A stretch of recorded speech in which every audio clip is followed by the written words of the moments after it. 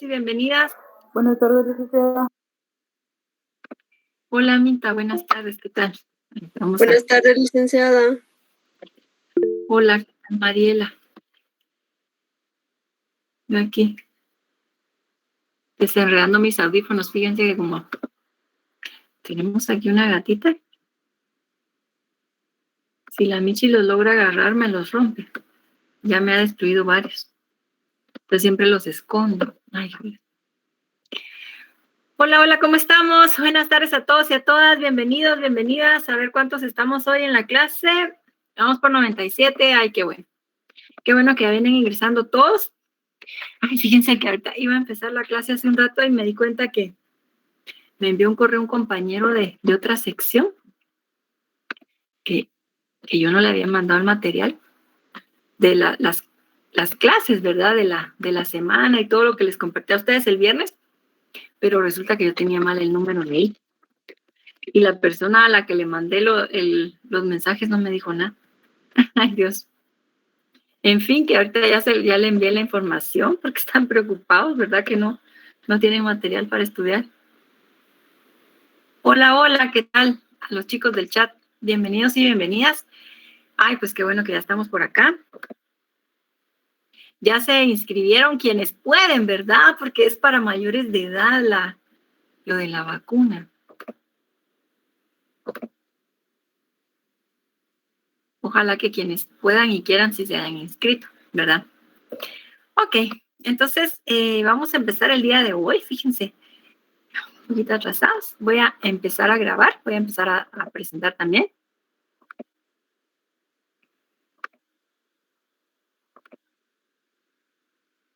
Hola a todos y a todas. Entonces empezamos a grabar. Hoy vamos a terminar de ver el tema de la historia, nos faltaron las periodizaciones, ¿verdad? Y luego vamos a hablar acerca de el poblamiento de América, ¿verdad? Por ahí les compartí el videíto, ¿sí? ¿Se acuerdan? Sara, usted levantó la mano, a ver, cuéntenos. Buenas tardes, licenciada. Solo con una observación. Yo recuerdo que la última clase usted nos había mencionado de que hoy nos iba a tocar el tema de la historia jurídica social. No sé si estoy mal. Ay, sí, Sara, gracias, muy amable. Sí. Gracias. Sí, para la reflexión sobre eso, sí. Gracias, muy amable. Bueno, entonces solo voy a... Vamos a ver. Presentación.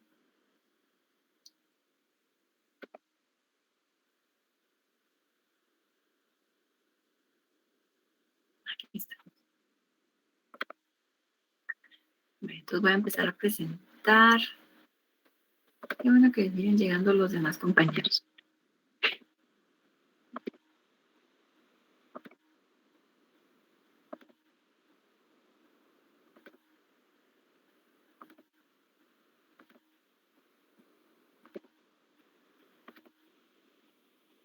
Bueno, entonces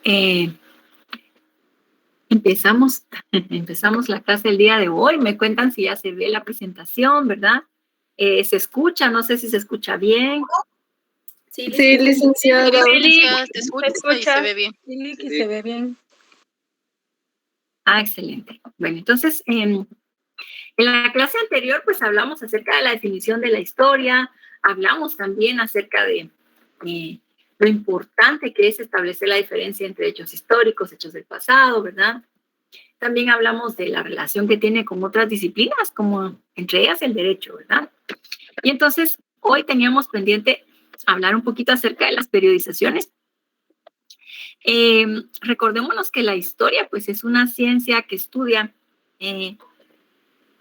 digamos, hechos, procesos que han sucedido, ¿verdad? Con anterioridad.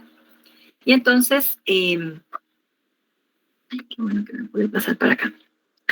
Y entonces, pues es una disciplina que tiene mucho que ver con el tiempo, ¿sí? La variable tiempo es fundamental, ¿sí?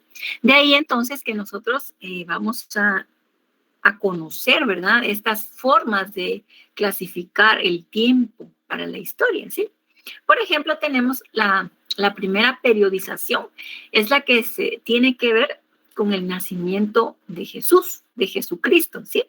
Y entonces ha sido un personaje tan fundamental e igualmente esto refleja, ¿verdad?, el poder, ¿verdad?, que ha tenido la iglesia desde sus inicios, bueno, desde que se volvió oficial. Y entonces marca, ¿verdad?, un antes y un después. O sea, si vemos, ¿verdad?, cuando hablábamos de las guerras médicas, de Heródoto, ¿verdad?, el padre de la historia, siglo V antes de Cristo. Y actualmente nosotros estamos en el año 2021 después de Cristo.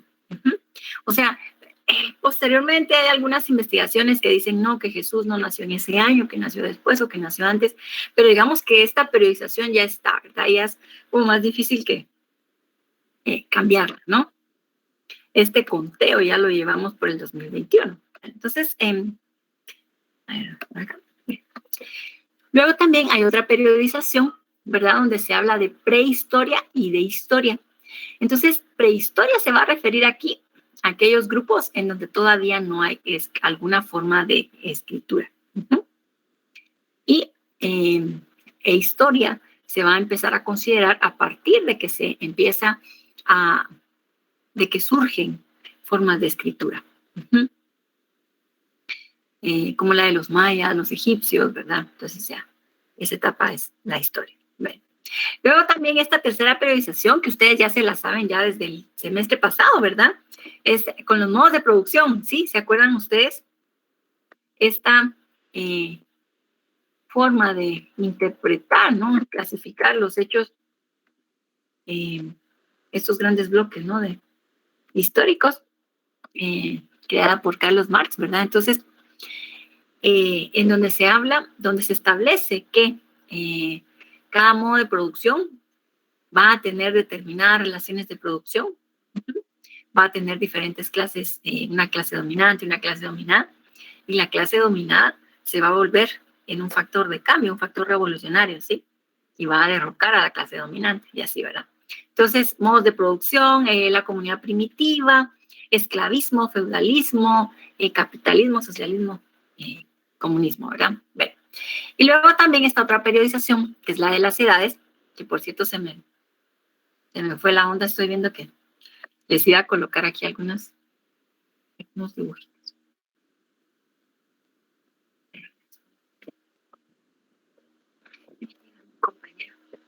Ahí está.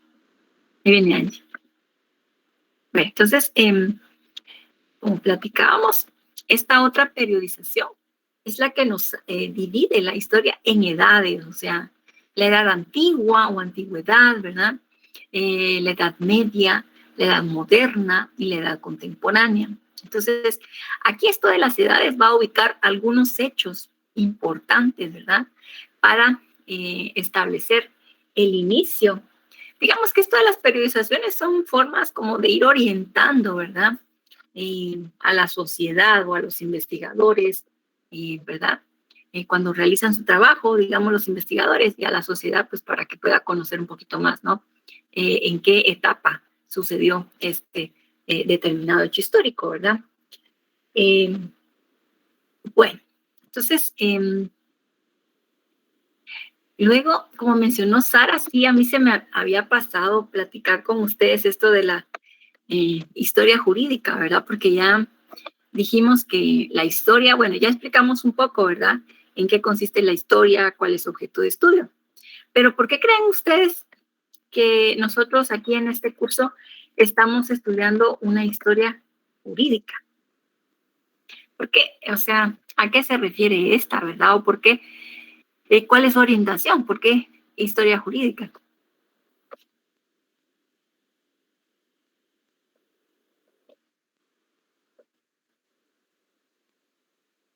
Hola, hola, ¿dónde estamos? Ya se me durmieron, ¿no? Porque necesitamos saber de la historia de leyes y todo, y la creación de todas estas divisiones. Van de la mano, licenciada, las fechas con la historia jurídica de Guatemala. Para conocer también la evolución de nuestras leyes. Ok. Sí, nosotros vamos a ver Para ver de dónde surgieron. Para entender mejor el contexto, licenciada. Dónde surgieron, entender el contexto, bueno. También nuestro curso, por ahí no sé, ¿alguien más encendió su micrófono o no? También nuestro curso, me voy a regresar acá, es que todo viene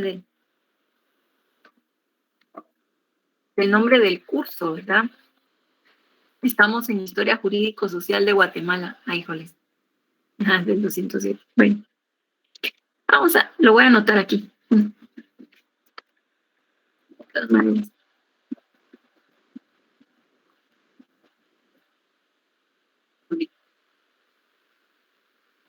Y solo vamos a quitar esto temporalmente.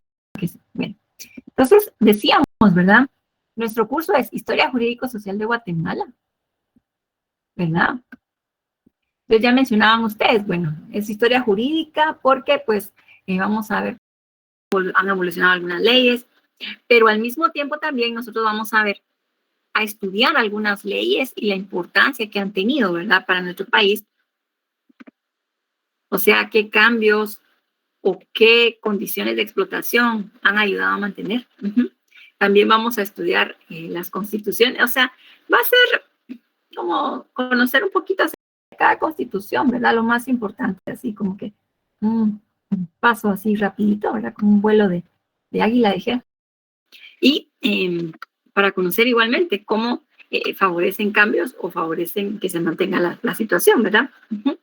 Entonces, también nuestro curso estamos hablando de historia social. ¿A qué creen ustedes que se refiere esto de historia social?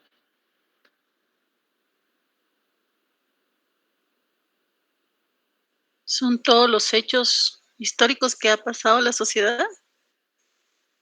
¿Ves hechos importantes que han sucedido en la sociedad? Hechos importantes que han sucedido en la sociedad. A ver, ¿qué más? No sé si Fabiola fue quien abrió su micrófono o alguien más. A un grupo de personas, a una comunidad, a una sociedad en conjunto. Puede ser sociedad en conjunto, pero también grupos determinados de personas, ¿verdad?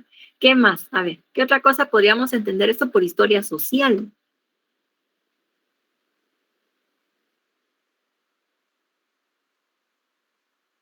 En cómo ha ido cambiando su organización. ¿Cómo ha ido cambiando la organización? Dice Ed, ¿qué más? ¿Por qué es historia social?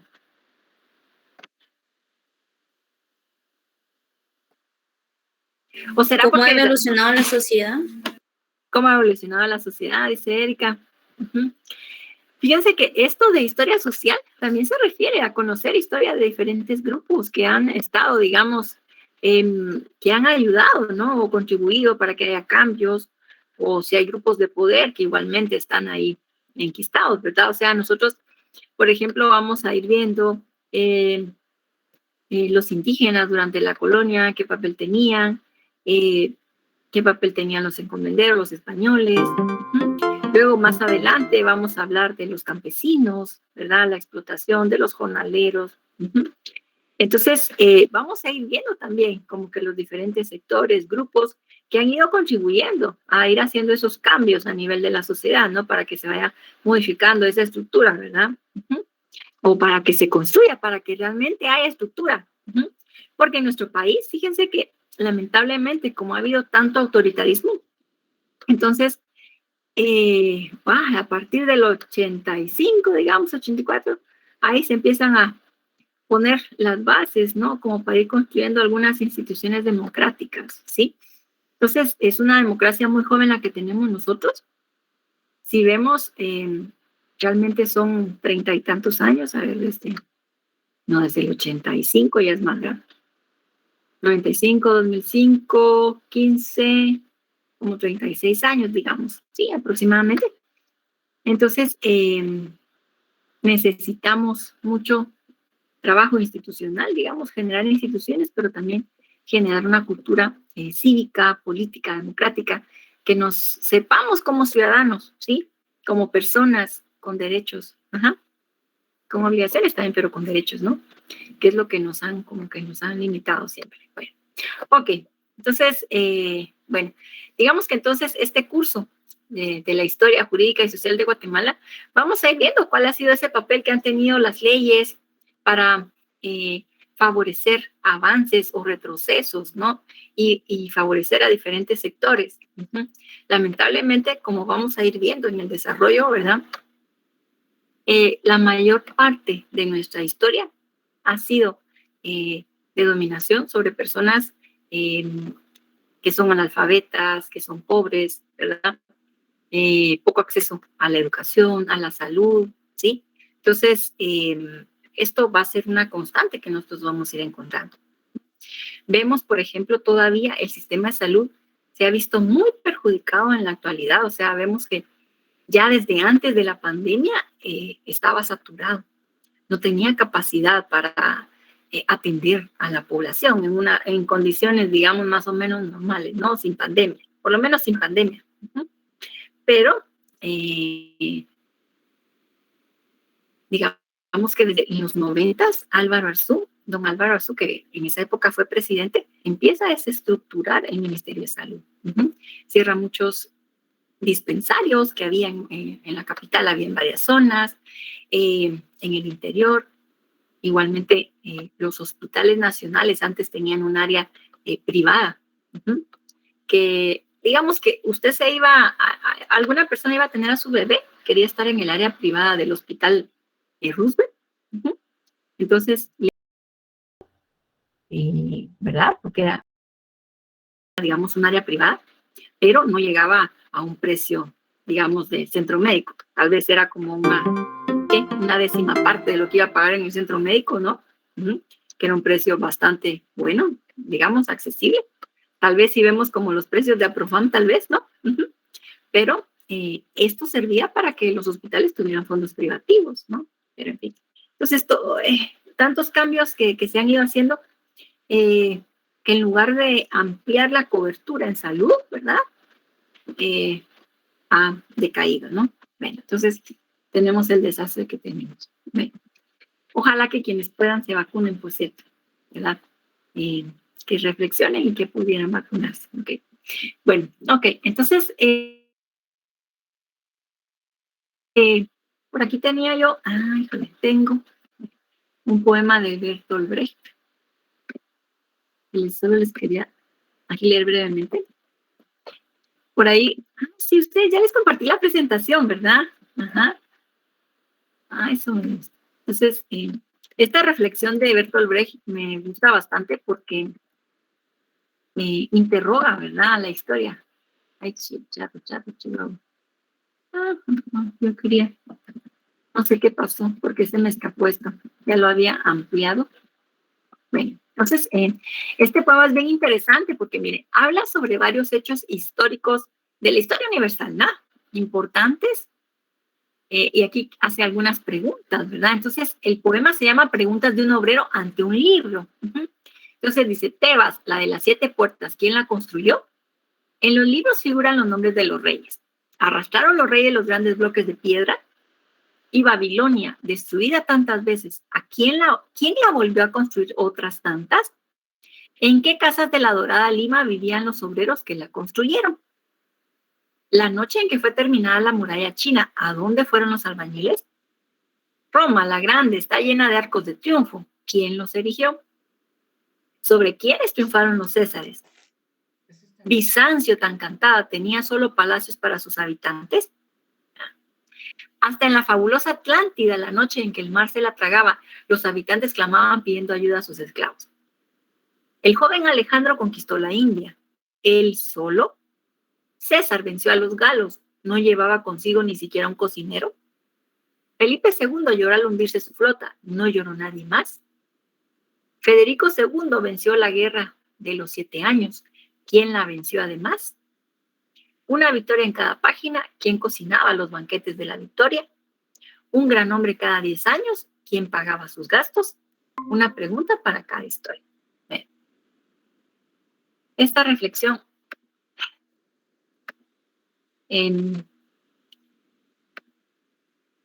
me gusta bastante este poema porque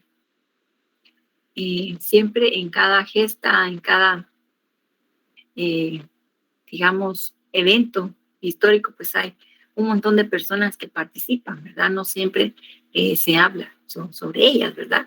Realmente solo se menciona aquellas que protagonizaron o que fueron más visibles, ¿no? Bueno, entonces vamos a empezar a presentar este otro tema, ¿verdad? Como recordarán, yo les compartí, ay Dios, se me fue una imagen, ahí se los voy a agregar. Yo les compartí un videíto, ¿verdad? Con los materiales que les mandé el viernes, un videíto sobre las teorías, ¿verdad? Sobre el poblamiento de América. A ver si se acuerdan. ¿Quién vio el videíto? Se supone que todos lo tenían que ver, ¿no? Pero bueno, ¿quiénes nos quieren compartir algo, comentar algo? A ver, Erika, ¿qué dice usted? Yo vi el video y decía que habían 3 teorías sobre el poblamiento de América: la teoría monogenista, poligenista y autoctonista. Así es, Erika, muchas gracias. Entonces, a ver, alguien que nos quiera explicar un poquito la teoría monogenista. A ver. Buenas tardes, licenciada. Hola, la teoría monogenista, pues según es la más aceptada, ¿verdad? Que fue propuesta por Alex Herlicha, algo así. Herlicha. Ajá. Bueno, y dado que él planteó un único ingreso que fue por el estrecho de Bering, y que de ahí fue donde surgió el prefijo mono. Ah, ok, sí, pues de un solo origen. Ok. Sí, no sé si va a agregar algo más, ¿no? Ah, sí. Bueno, eso fue por el estrecho de Bering, ¿verdad? O el puente de Beringia, decía también. Y que fue durante la última glaciación del Pleistoceno. El Pleistoceno. Ajá, Okay. Conocida como Wisconsin. Ajá. Gracias, Iris, muy amable. Bueno. ¿Alguien que nos quiera hablar de la teoría poligenista? A ver, Jacqueline, ¿qué nos puede decir? Buenas tardes, licenciada. ¿Qué tal, niña? ¿Cómo está? Bien, gracias. Existen antropólogos que se basaban en semejanzas lingüísticas, físicas o culturales que afirmaban que la población indígena americana es el resultado de las migraciones procedentes de Asia, Australia, Polinesia y Melanesia. Ok, ajá, sí. Y muchos hallazgos numerosos que hicieron los arqueológicos, principalmente en el lago de Santa Brasil. Solamente, gracias. Muchas gracias, Jacqueline, muy amable. Sí, interesante. Fíjense que yo vi una película hace varios años, es que no me puedo recordar el nombre. Era una película en la que reconstruían los barquitos que pudieron haber utilizado para atravesar el Océano Pacífico desde las Islas Polinesias y llegar a Sudamérica.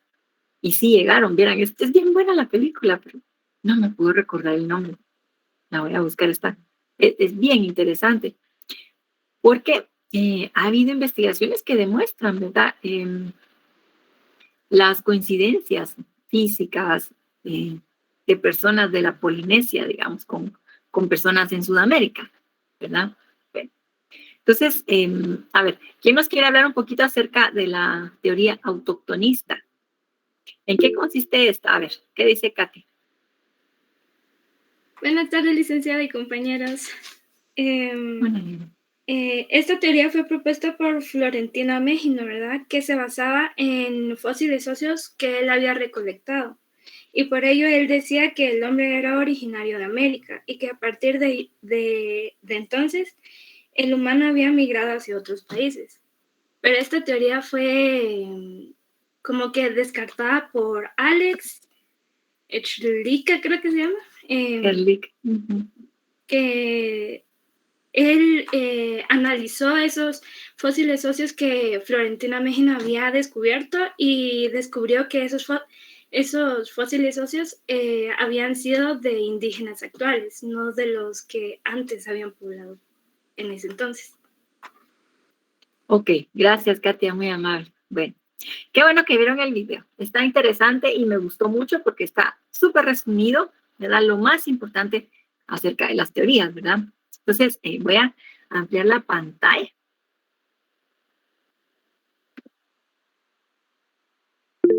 Hoy vamos a hablar acerca... Ay, Dios, esta cosa aquí. Sí, cuando uso un fondo, pero a mí me cuesta. Ok. Alguien escribió algo en el chat, no sé si nos pueda... Ya me regresé.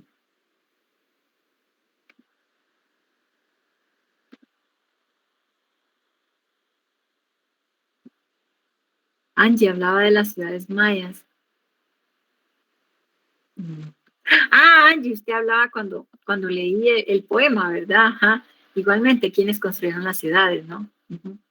Ok, gracias, muy amable. Bueno, entonces, por favor, ahí si alguien no puede ingresar, me avisa, ¿verdad? Bueno, entonces, continuando, ¿verdad?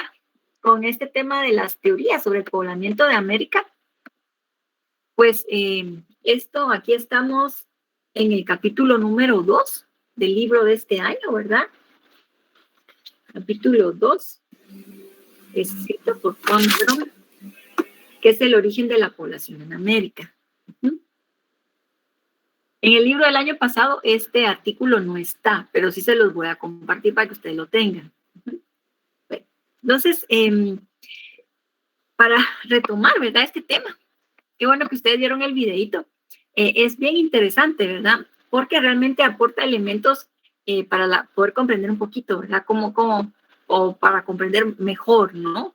Cómo se fue dando este poblamiento de América. Entonces, la teoría, ¿verdad? Como ustedes pudieron ver, la teoría más aceptada en la actualidad es la que nos dice, la monogenista, ¿verdad?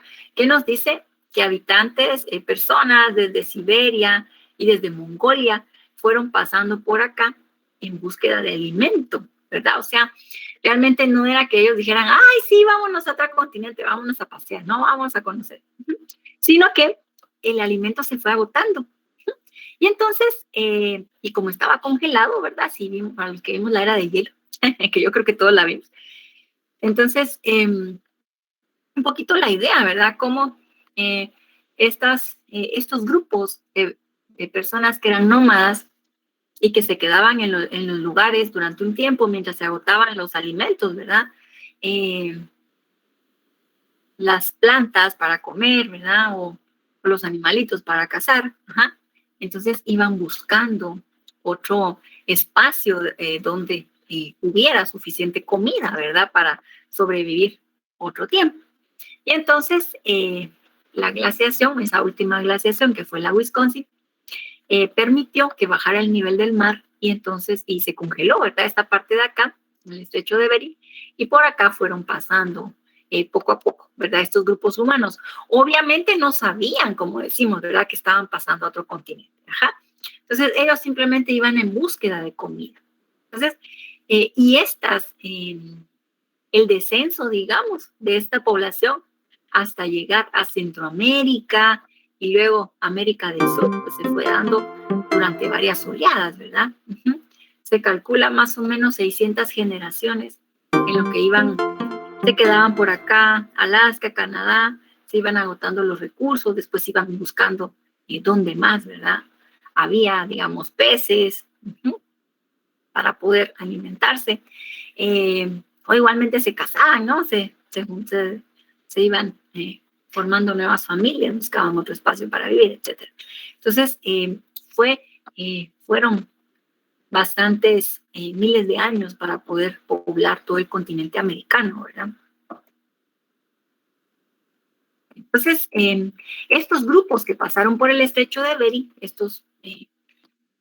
estas personas, ¿verdad? Eran cazadores y recolectores, o sea, había una especialización, digamos, en la forma en la que se dividían, ¿verdad? Dentro de la familia para poder obtener alimento, ¿verdad? Regularmente los hombres eran quienes salían a cazar, a pescar, ¿verdad? Y las mujeres se quedaban en la casa con los niños ancianos y recolectaban, ¿sí? O sea, iban buscando hierbas, bayas, ¿verdad? E identificando, ¿no? Qué podían comer, qué no. Entonces, por eso también se piensa que las mujeres fueron las precursoras de la agricultura, porque como ellas eran las que estaban cerca de las plantas, árboles, sí, pendientes de qué alimentos podían comer. Entonces, ellas fueron observando que había ciertas cuestiones como semillitas que caían y que de ahí brotaba una planta, etcétera, ¿no? Bien, entonces, más o menos se calcula, ¿verdad? Alrededor de hace 40,000 años fue que empiezan a pasar, ¿verdad? Estas personas hacia el lado de América, ¿sí? Y esta teoría del estrecho de Bering, pues se fundamenta, ¿verdad? En el parecido, ciertas características físicas que hay entre habitantes de Mongolia, ¿verdad? Y los indígenas, los primeros indígenas, ¿verdad? Como restos óseos encontrados, ¿verdad? Se piensa, ¿verdad? Pues personas de pelo liso, piel morena, ojos poco rasgados, lampiños, ¿verdad? Poco pelo, ajá, baja estatura. Igualmente la mancha mongólica, ¿verdad? ¿Sí han oído hablar ustedes acerca de la mancha mongólica? Sí, licenciada. Sí, licenciada. A ver, ¿qué es la mancha mongólica? Es una mancha roja que puede salir en la frente o al final de la columna, que le llamamos colita en los recién nacidos. Así es, muchas gracias. Entonces, que es una mancha, puede ser roja o a veces un poquito moradita o verde, ¿no? Que puede ir variando. Entonces, este es como un resabio, ¿no? Porque es, digamos, una de las características que igualmente tenían los mongoles, estas personas que habitan en el área de Mongolia, ¿verdad? Que está muy cercana a Rusia y a China, ¿verdad?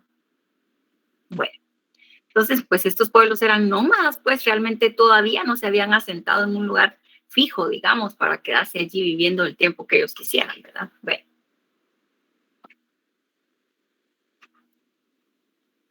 Bueno, entonces vamos a hablar también acerca de las sociedades prehispánicas. O sea, ya vimos cómo se empieza a poblar América.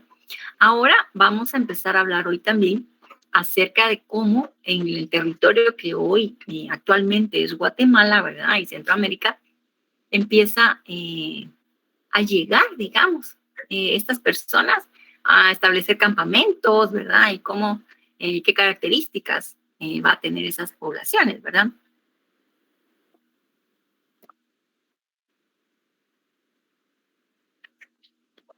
Estamos bien en el tiempo. Bueno, entonces, ¿cómo vamos hasta acá? ¿Hay algún comentario, alguna duda? ¿Estamos bien? Todo bien, Lick. ¿Todo claro? Bueno. Todo claro, Lick. Interesante. Vamos bien, va. Ok. Bueno, entonces, para hablar, ¿verdad? De Guatemala, Centroamérica, ¿verdad? Como espacio cultural, ¿verdad? Geográfico, social. Es importante este concepto que fue creado por Paul Kirchhoff en 1943. Fíjense que Kirchhoff era un investigador alemán que viajó a México, ¿verdad? Estuvo viviendo muchos años allá, estuvo trabajando también, hasta se naturalizó mexicano. Y él crea el término Mesoamérica para identificar, digamos, este término que es Mittelamérica, significa el centro, ¿no? Como que en la parte media de América, ¿no?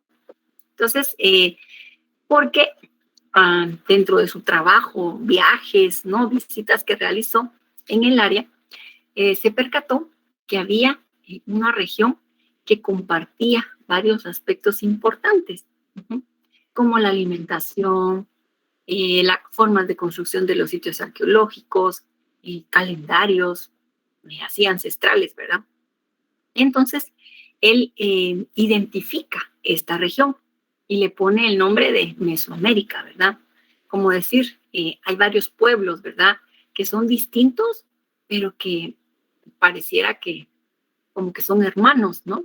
Es mucha la coincidencia en varios aspectos. Entonces, aquí sí vemos en Mesoamérica, pues empieza desde suroeste, ¿verdad? De México, la península de Yucatán, Guatemala, Honduras, Salvador, Belice, Nicaragua, parte de Costa Rica. Este mapa pues no llega hasta allá, ¿verdad?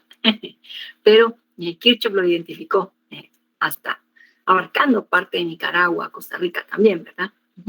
Entonces, quiero... Ay, joles. Gente, les quiero un videito. Quiero ver solo que... No lo dejé en esto. Aquí está, aquí está.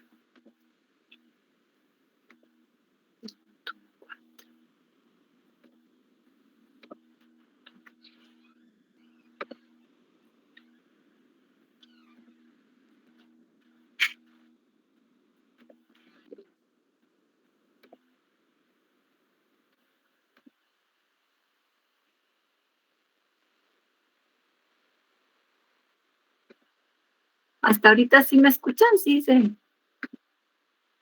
Sí, licenciada, se escucha. Sí. Ah, muy bien. Bien.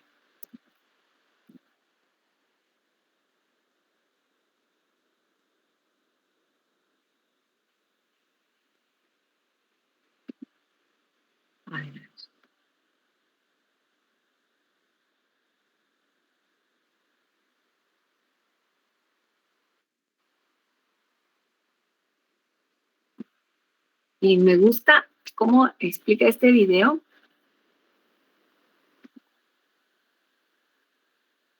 Por ahí.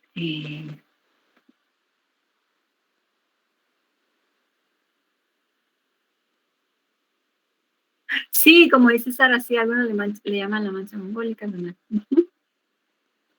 Ok, entonces les quiero compartir un videito, solo vamos a... Por ahí se le va a salir una palabra al Kirchhoff, pero es que el videito está interesante.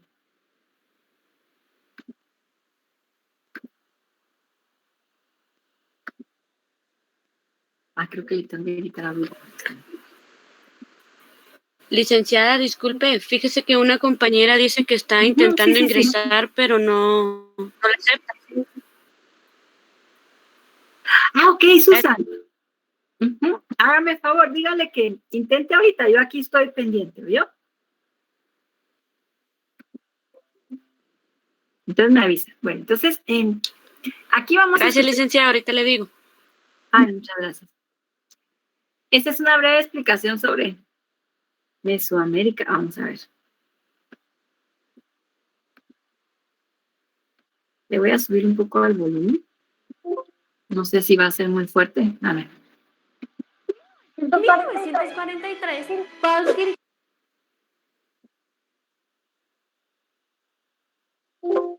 Me dicen si se escucha.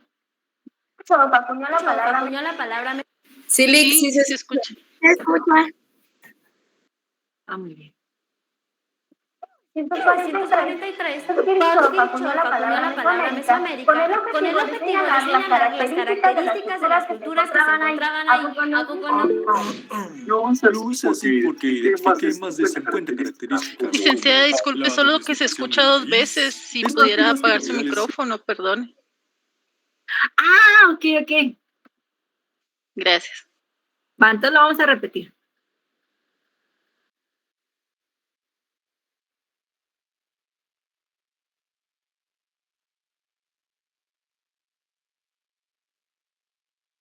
En 1943, Paul Kirchhoff acuñó la palabra Mesoamérica con el objetivo de señalar las características de las culturas que se encontraban ahí. ¿A poco no? Lo hice así porque identifiqué más de 50 características como la domesticación del maíz, estructuras piramidales en sus templos, un sistema de gobierno teocrático, es decir, que la religión y los sacerdotes rifaban, y hablando de la religión, era politeísta, o sea que tenían un titiputal de dioses. Por ejemplo, la mayoría de las culturas compartían a Tlaloc por ser el dios de la lluvia. Soy la onda, agua para todos. El uso de la cúa o bastón plantador, estructura pictográfica y el uso del calendario y el famoso juego de pelota. Mesoamérica se divide en 5 áreas culturales. 1. Zona de Golfo. Se encontraban 2 culturas importantes, los olmecas y los totonacas. 2. Zona del Occidente. La cultura principal eran los purépechas o también conocidos como tarascos. 3. Zona del Altiplano Central. Aquí encontramos las culturas más importantes del periodo posclásico, los mexicas o aztecas, los tlaxcaltecas y los toltecas. 4. Zona de Oaxaca. Se encuentran 2 culturas, los zapotecas y los mixtecos. Estos últimos conquistan a los primeros en el periodo posclásico. 5. Zona maya. Se le nombra así porque la única cultura eran los mayas y abarcaban todo el sur del territorio mexicano y los países de Guatemala y Belice. Ahora bien, para que podamos entender...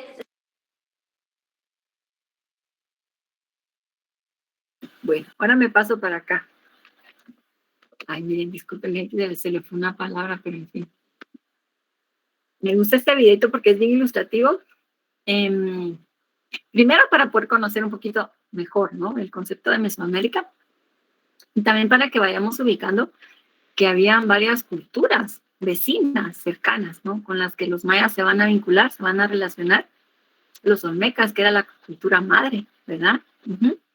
Y luego aztecas, toltecas, que van a ir llegando al área maya, digamos, que todavía no era Guatemala en esa época, que van a ir llegando como 2 siglos antes de que vinieran los españoles, ¿verdad? Bueno, ok. Entonces me voy a regresar aquí a la presentación.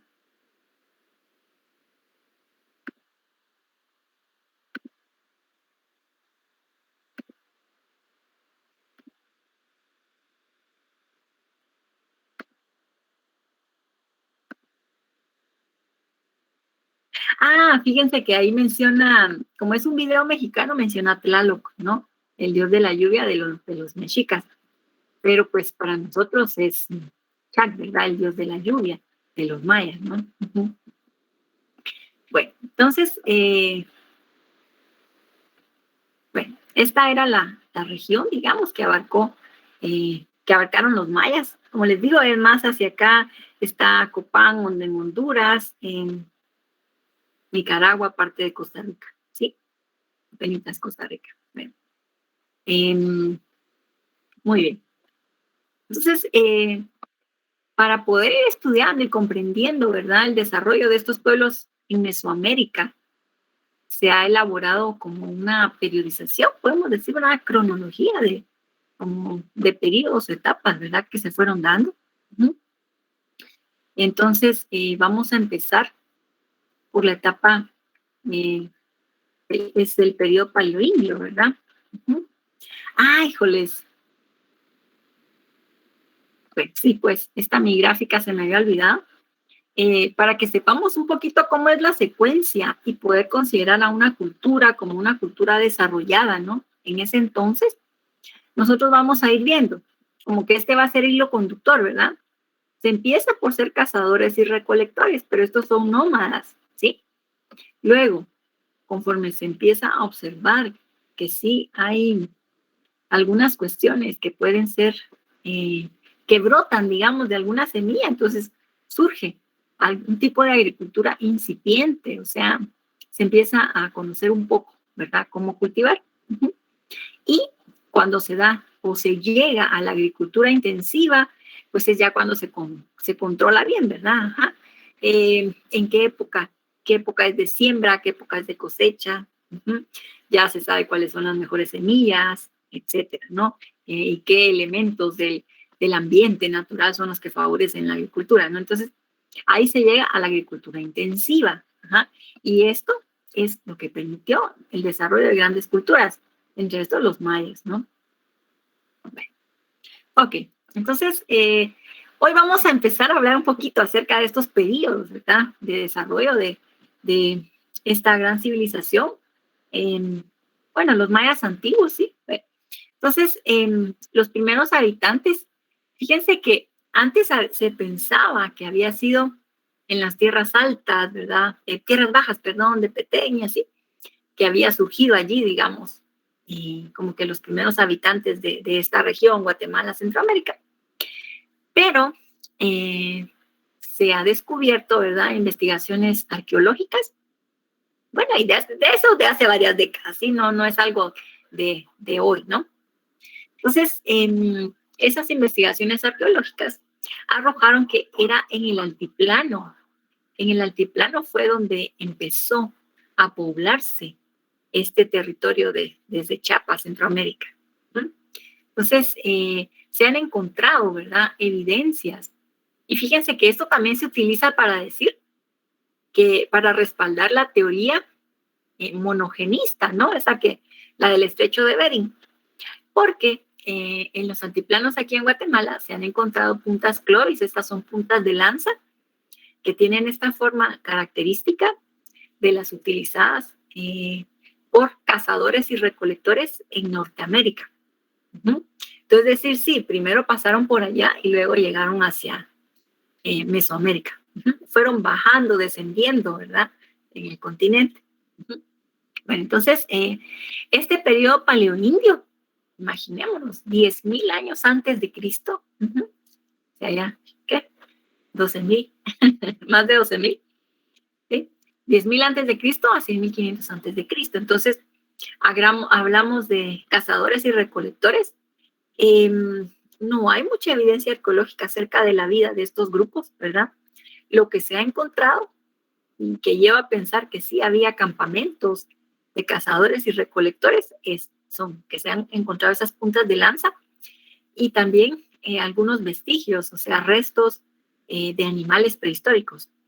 Entonces, esto ha llevado a concluir que sí, digamos, hubo este tipo de habitación en territorios de Guatemala, ¿verdad? Entonces, bueno, y en departamentos como Quiché, Totonicapán, Huehuetenango, el departamento de Guatemala. Pues aquí existieron, yo no sé si ustedes ya fueron al Museo de Estanzuela, allá en Zacapa, aquí en Chivacabé, en Huehuetenango, hay un depósito de fósiles, ¿verdad? Se cree que en Chivacabé se asentaba un campamento de cazadores, que en temporadas del año llegaban ellos ahí y ahí destazaban los animales que cazaban, ¿verdad? Porque pues ellos cazaban así en grupo, ¿verdad? Entre todos cazaban una bestia, ¿no? Entonces se cree que aquí en Chivacabé hay un mamut o un mastodonte, ¿verdad? No sé si ustedes ya fueron al Museo de Estanzuela, está bien bonito, bien interesante porque ahí hay restos, hay de un perezoso gigante, o sea, el perezoso, como el Cid, el de la era de hielo, el perezoso, me comí esa imagen, bueno, el perezoso en esa época era tan grande que no se podía subir a los árboles. Era gigante y pesado. También, bueno, entonces en Estanzuela, en ese museo, vean qué bonito. Es gratuito. Creo que abre de lunes a viernes, creo. De lunes a sábado. Entonces, tienen ellos esqueletos. Hay de una ballena, hay también de un mastodonte, están los restos de ese perezoso gigante que les decía, ¿verdad? También se piensa que aquí hubo de estos, ¿cómo es que se llama? Dios, como armadillo gigante, creo que era gonfoterio, algo así su nombre. Entonces sí ha habido varias especies. Claro, en el Museo de Estanzuela, que se fundó en los años 70, ¿verdad? Allí se fueron ubicando estos restos de mastodonte, del perezoso, y luego también se fueron llevando otros que encontraron por acá. Aquí cerca de la capital, en Chinautla, también han encontrado restos de esqueletos de animales prehistóricos, ¿no? Pero es emocionante, a mí es emocionante descubrir esto. Bueno, ok. Luego, luego de ese periodo que se conoce como periodo paleolítico, ¿verdad? Hay otra etapa que se conoce como el periodo arcaico. Aquí se ubica, ¿verdad? Que este periodo es del 6500 al 1800 antes de Cristo. Si vemos, se puede decir que va a ser un periodo de transición, porque de grupos nómadas, ¿verdad? Que se dedican a cazar y a recolectar, a pescar, ¿sí? A comunidades sedentarias. Sí sabemos qué es esto de una comunidad sedentaria. ¿Qué significa sedentaria? Que no hacen nada, que no trabajan, que se mantienen en un solo lugar. Eso, sí, porque mire, como adjetivo, mucho se dice, ¿verdad? Una persona que no quiere hacer ejercicio, que no se levanta, etcétera. Ajá. Pero cuando se habla así de pueblos, este fue un paso bien importante, porque era que ellos ya se podían quedar establecidos en un lugar el tiempo que ellos quisieran, o sea, tener ahí a sus hijos, que sus hijos, ¿verdad? Esperar que nacieran los nietos, bisnietos, etcétera. Y esto, o sea, lo que permite que ya la fundación de aldeas, ciudades, va a ser el descubrimiento de la agricultura. Entonces, lo que nos dice Bárbara Arroyo, por ejemplo, ¿verdad? Que es de donde tomamos esta investigación que realizó, ¿verdad?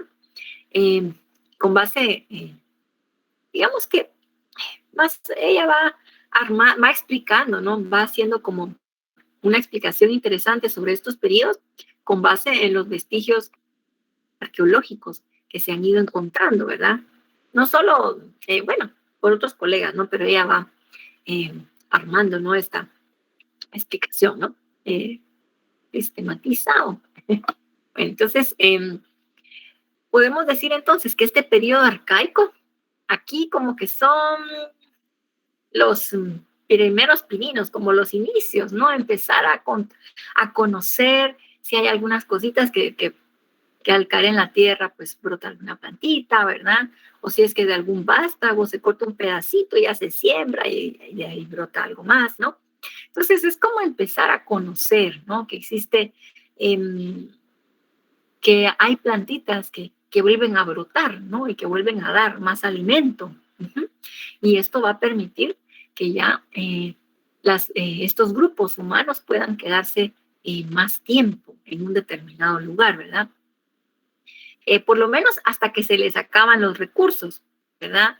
O sea, si es cerca del mar, pues porque, digamos, aprovechar que hay conchas, caracoles, esto, ¿no?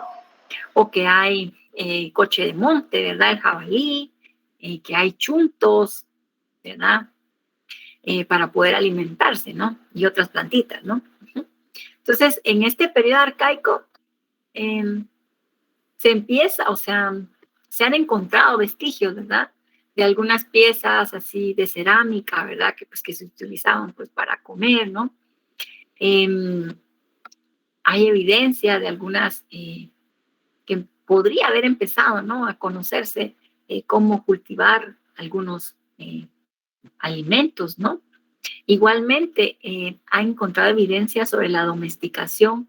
Empieza la domesticación de algunos animales. O sea, antes los animalitos andaban de forma salvaje, así libre, ¿no? Entonces, el hecho de que se pueda tener, por ejemplo,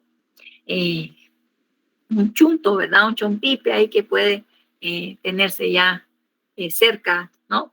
De su choza y que pues ahí va a poner huevos y ahí va a tener más hijitos, etcétera. Eso es garantizar que va a haber más comida, ¿no? Bueno. Y es durante ese periodo, también en el arcaico, en el que se han encontrado evidencia arqueológica, ¿verdad? Que también se fue desplazando grupos, ¿verdad? Personas hacia la costa, ¿verdad? Del Pacífico, ya cerca del mar, ¿no? Y hacia las tierras bajas de Petén, o sea, hacia las, digamos, esa zona que es tipo selva, ¿verdad? Parte de Petén, Quiché, Alta Verapaz, Belice, ¿no? Y esto se pudo demostrar porque se encontró, hay evidencia de que se empezaron a talar árboles, también de quema, ¿verdad? De árboles y de manglar. Entonces, eso es lo que permitió establecer que ya estas personas o sus familias descendientes ya se van desplazando para otros lugares, ¿sí? Ya van formando nuevas familias, ya que los nietos, bisnietos, etcétera, ya se van para otro lugar, ¿sí? Y además, pues si vemos la costa, pues es un lugar en donde hay muchos ríos, en donde hay abundante comida, ¿no? Entonces, igualmente, son lugares en donde favorece que las personas puedan vivir mejor, ¿no? Bueno, ok.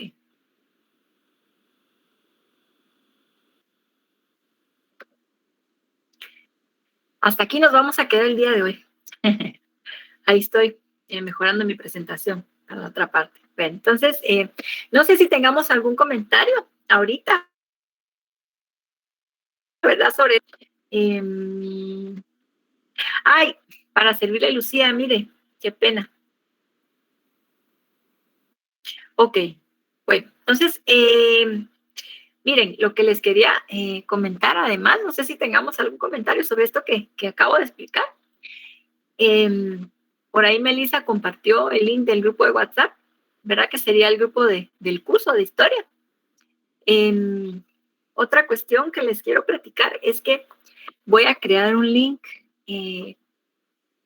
ya para un link distinto, digamos, para esta sección, ¿sí? Y porque el otro, el que se publicó en la página, pues era para que ustedes desde que todavía no habían estado en clase conmigo, pues pudieran enterarse de cómo ingresar a la clase de historia. Entonces, les voy a compartir mañana al grupo de WhatsApp un nuevo link para que ustedes ingresen a la clase. Ajá. Y también les voy a mandar la invitación a sus correos. Entonces, esto lo que hace es que usted va a poder ingresar directamente, ya no se va a necesitar que yo esté dándole acceso a todos. O sea, vamos a estar mejor así. Y al crear ese nuevo link para la clase, yo les voy a mandar la invitación a sus correos. Entonces, sí les quiero pedir que estemos pendientes y si le llega la invitación a su correo, usted le diga que sí o aceptar. Ajá. Porque de esta forma usted va a poder entrar directamente a la clase de historia. A veces, el semestre pasado me sucedió, yo no sé si porque era la primera vez que usábamos Google Meet, pero hubo algunos, póngale unos 15, que le dijeron que no, o rechazar. Y entonces eran los que estaban ahí que uno tenía que darles acceso. Así, si ustedes desde su correo, cuando les llega, ustedes le dan a aceptar, o sí, alguna vez que no me recuerdo bien cómo es que llega, ya ustedes van a poder ingresar directamente a la clase y así ustedes van a estar más tranquilos y tranquilas que no se van a atrasar, ¿verdad? Bueno, entonces, no sé si tengamos algún comentario, ya se durmieron.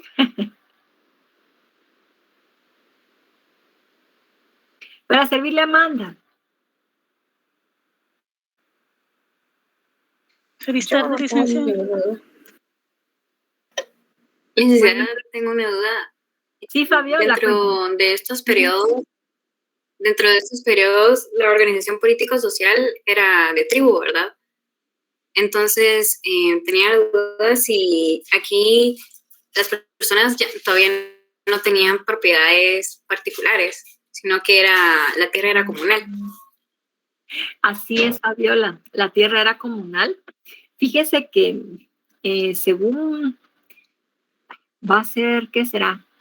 En el preclásico, que es la siguiente etapa, que ya hay ahí, puede que haya diferencias, ¿verdad? De guerras entre los grupos, y entonces ya se busca, o por lo menos algunas personas son beneficiadas, ¿verdad? En particular, digamos, algunos guerreros distinguidos, así.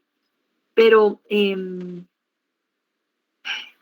fíjese que prevalece la propiedad comunal, o sea, tanto del área, digamos, en la región de México, creo que también Perú, va a ser así, comunitaria. En Mesoamérica no se tuvo la etapa esclavista, sino que es un modo de producción asiático. Es como una variante, digamos, de la, ¿cómo es que se llama? De la comunidad primitiva. Uh-huh. Entonces, no se va a encontrar, digamos, regímenes así como los que hubo en Europa, ¿no? Por ejemplo.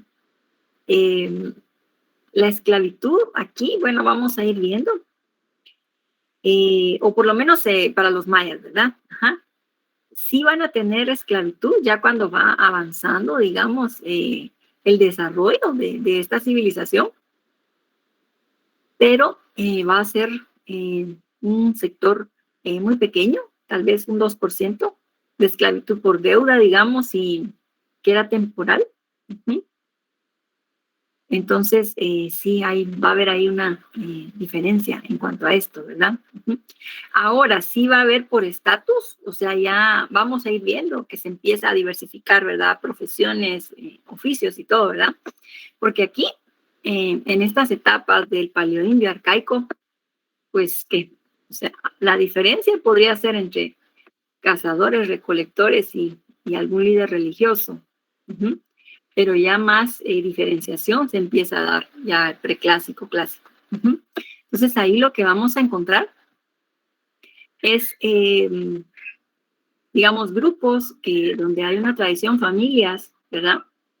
Que se dedican, digamos, como que familias que tienen que ver con la casta sacerdotal, ¿no? Otras con el trabajo militar, ¿no?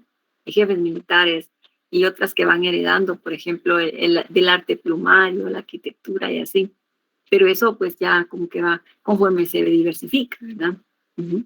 Pero no sé si ahí le contesté, Fabiola. Sí, licenciada, gracias. Bueno, niña, para servirle. No sé si tengamos algún otro comentario, duda.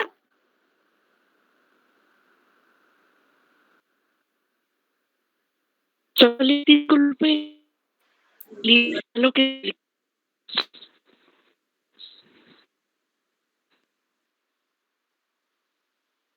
sí, le pude escuchar. O si quiere me lo puede escribir en el chat. Solo escuchar qué página del libro está o qué. ¿Qué página del libro? Mire, empezamos mire, en el libro de este año estamos en capítulo 2 y capítulo 3. O sea, el capítulo 2 es el del origen de la población en América y el capítulo 3 es sobre la cultura maya. ¿Qué sería qué? Empezando por la página 13, en la página 17 empieza el siguiente capítulo de la cultura maya. Okay. Gracias, licenciada. Para servirle, niña. Ahora, a ver si nos basamos en el libro del año pasado, porque este capítulo sobre el poblamiento de América se los voy a compartir, yo lo tengo escaneado. Ya, en el libro celeste, en el del año pasado, estaríamos en la página 11, ¿verdad? Capítulo 2, que es el de la civilización maya.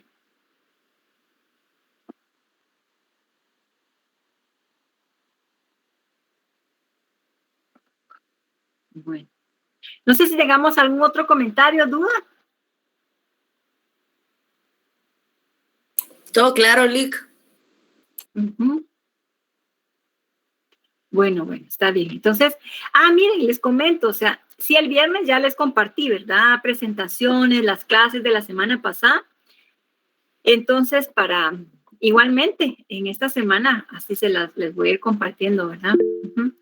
Voy a preguntar de la plataforma, a ver, ¿qué me dice?